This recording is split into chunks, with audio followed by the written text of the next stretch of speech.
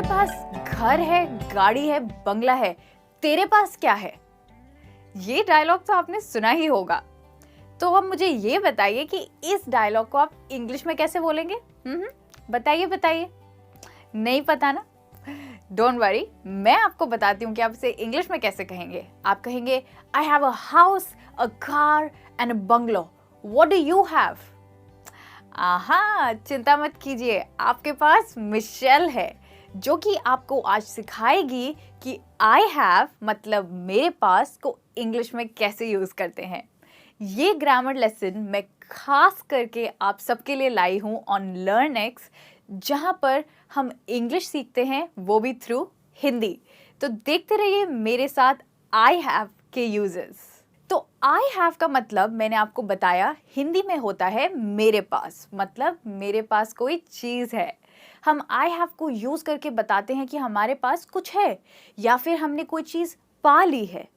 इसको अच्छे से एक्सप्लेन करने के लिए मैं आपको कुछ एग्जाम्पल्स दूंगी। अब मेरे पास एक बिल्ली है, आई हैव अ कैट। मेरे पास एक अच्छी गाड़ी है, I have a nice car. मेरे पास एक घर है, आई हैव अ हाउस।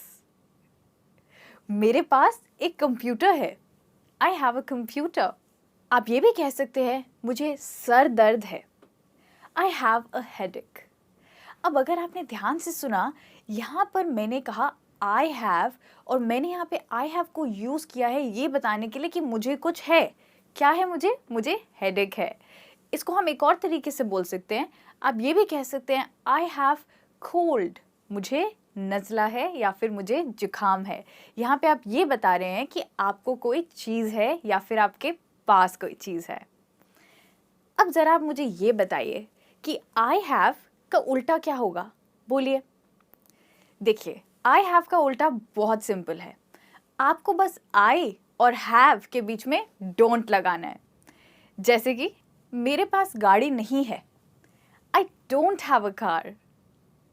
मुझे हेडेक नहीं है, I don't have a headache. मेरे पास एक घर नहीं है, I don't have a house. मेरे पास कंप्यूटर नहीं है, I don't have a computer. तो जैसे कि आपने देखा, आपको सिर्फ इन सेंटेंसेस में आई और हैव के बीच में डोंट लगाना है और इन सारे सेंटेंसेस का मतलब उल्टा हो जाता है। इस तरीके से आप आई हैव को यूज़ करके बता सकते हैं कि आपके पास क्या चीज़ है और क्या चीज़ नहीं है। तो हुआ ना बहुत इंपॉर्टेंट यूज़ आई हैव का। तो अब हम आगे बढ़ेंगे और हम देखेंगे कि अगर हम आई और हैव के बीच में कैनॉट या वोंट लगा दें तो क्या बनेगा? चलिए ट्राई करते हैं। आई कैनॉट हैव या फिर आई वोंट हैव। अब ये वोंट क्या चीज़ है? वोंट होता है विल नॉट का शॉर्ट फॉर्म। इन दोनों फ्रेजेस का मतलब होता है कि आप किसी चीज़ को बर्दाश्त नहीं करेंगे या फिर आप कोई चीज़ अलाउ नहीं करेंगे। जैसे आपके बच्चे कुछ गलत कर रहे हैं तो आप वो चीज़ अलाउ नहीं करेंगे। जैसे कि आपकी क्लास में आपके स्टूडेंट्स अगर गलत बिहेव कर रहे हैं तो आप कहेंगे मैं ये बिहेवियर अपनी क्लास में बिल्कुल बर्दाश्त नहीं करूँगी। तो आप कहेंगे I cannot have this behaviour in my class. मैं तुम्हें आज रात अपने घर पर नहीं रुकने दे सकती। I cannot have you at my home tonight. तो इन दोनों सेंटेंसेस में आपने किसी चीज़ को बर्दाश्त करने से मना कर दिया आई कैनॉट हैव बोलकर। अब एक और एग्जाम्पल देखते हैं। ये तुम्हारी प्रॉब्लम है, मेरा इससे कुछ लेना देना नहीं है। This is your problem, I won't have anything to do with it. तुम्हें मेरी बात का पालन करना ही होगा, मैं ये और किसी तरीके से नहीं होने दूंगा। You will have to obey me, I won't have it any other way. यहाँ आप कोई चीज़ अलाउ नहीं कर रहे हैं। तो जब आप I cannot have यूज़ करते हैं, आप कोई चीज़ बर्दाश्त करने से मना करते हैं, और जब आप I won't have बोलते हैं, आप किसी चीज़ को अलाउ करने से मना करते हैं। तो अब हम इस लेसन में और आगे बढ़ेंगे और देखेंगे कि have got का मतलब क्या होता है। तो बेसिकली हैव गॉट और आई हैव का मतलब सेम है। इन दोनों का मतलब है कि मेरे पास कोई चीज़ है। तो हम आई हैव की जगह हैव गॉट यूज़ कर सकते हैं। जैसे कि उसके बाल काले हैं, she has got black hair. मेरी 7 बहनें हैं, आई हैव गॉट 7 सिस्टर्स। तो यहाँ पर आपने हैव यूज़ किया और हैव गॉट लगाया ये बताने के लिए कि आपके पास कोई चीज़ है। तो अब हम इस लेसन में आगे देखेंगे कि हम हैव को अपनी डेली एक्सप्रेशंस बोलने के लिए कैसे यूज़ करेंगे। जैसे कि नहाना, खाना, इसको हम कैसे हैव यूज़ करके बोलेंगे। तो हैव अ शावर का मतलब होता है जाके नहाओ। तो अगर आप कह रहे हैं वो नहा रही है, तो आप कहेंगे she is having a shower. अगर आप लंच खा रहे हैं तो आप बोलेंगे हैव ब्रेकफास्ट, हैव लंच या हैव डिनर। जैसे कि हम ज़्यादातर 9 बजे डिनर खाते हैं। We usually have dinner at 9 o'clock। चलो मस्ती करो, हैव फन। चलो मस्ती करते हैं, लेट्स हैव फन। पार्टी करो, हैव अ पार्टी। वॉक करो, हैव अ वॉक। या फिर हैव अ राइड। अब अगर आपके क्लास में आपको कोई कह रहा है डिस्कशन करो, तो इंग्लिश में वो कहेंगे हैव अ डिस्कशन। तो इन सब एक्सप्रेशंस में आपने ये देखा है कि हैव एक मेन वर्ब का काम कर रहा है। मतलब जैसे कि हम कह रहे हैं ईट ब्रेकफास्ट, तो ईट ब्रेकफास्ट की जगह अब हम बोल रहे हैं हैव ब्रेकफास्ट। यहाँ पर हैव का मतलब है खाना, तो ईट की जगह हम हैव यूज़ कर रहे हैं। ऐसे ही नहाने में हम नहाने की जगह, बेदिंग की जगह हैव शावर यूज़ कर रहे हैं। तो हैव यहाँ पे मेन वर्ब का रोल प्ले कर रहा है। तो अब हम देखते हैं कि आई हैव डन का मतलब क्या होता है। आई हैव डन का मतलब होता है मैंने कोई चीज़ कर दी। अब जैसे कि आप जानते हैं कि आई हैव का मतलब होता है कि मेरे पास कोई चीज़ है, पर अगर आप आई हैव के साथ पास्ट पार्टिसिपल, नहीं चिंता मत कीजिए, जैसे कि किसी वर्ब की थर्ड फॉर्म, जैसे कि टेक का टेकन, डू का डन, फील का फेल्ट, सिंग का संग और डांस का डांस्ड। तो अगर आप किसी भी वर्ब का पास्ट पार्टिसिपल आई हैव के साथ लगा रहे हैं, इसका मतलब है कि आपने कोई चीज़ कर दी है। जैसे कि मैंने होमवर्क कर दिया, I have done the homework. मैंने वह पहले भी सुना है, I have heard that before. तो यहाँ पे कोई चीज़ पास्ट में हो चुकी है। मैंने गाड़ी चलाई है, I have driven a car. अरे मैं उस गाने के लिरिक्स भूल गई, I have forgotten the lyrics of that song. मैंने वो किताब पढ़ी है, I have read that book.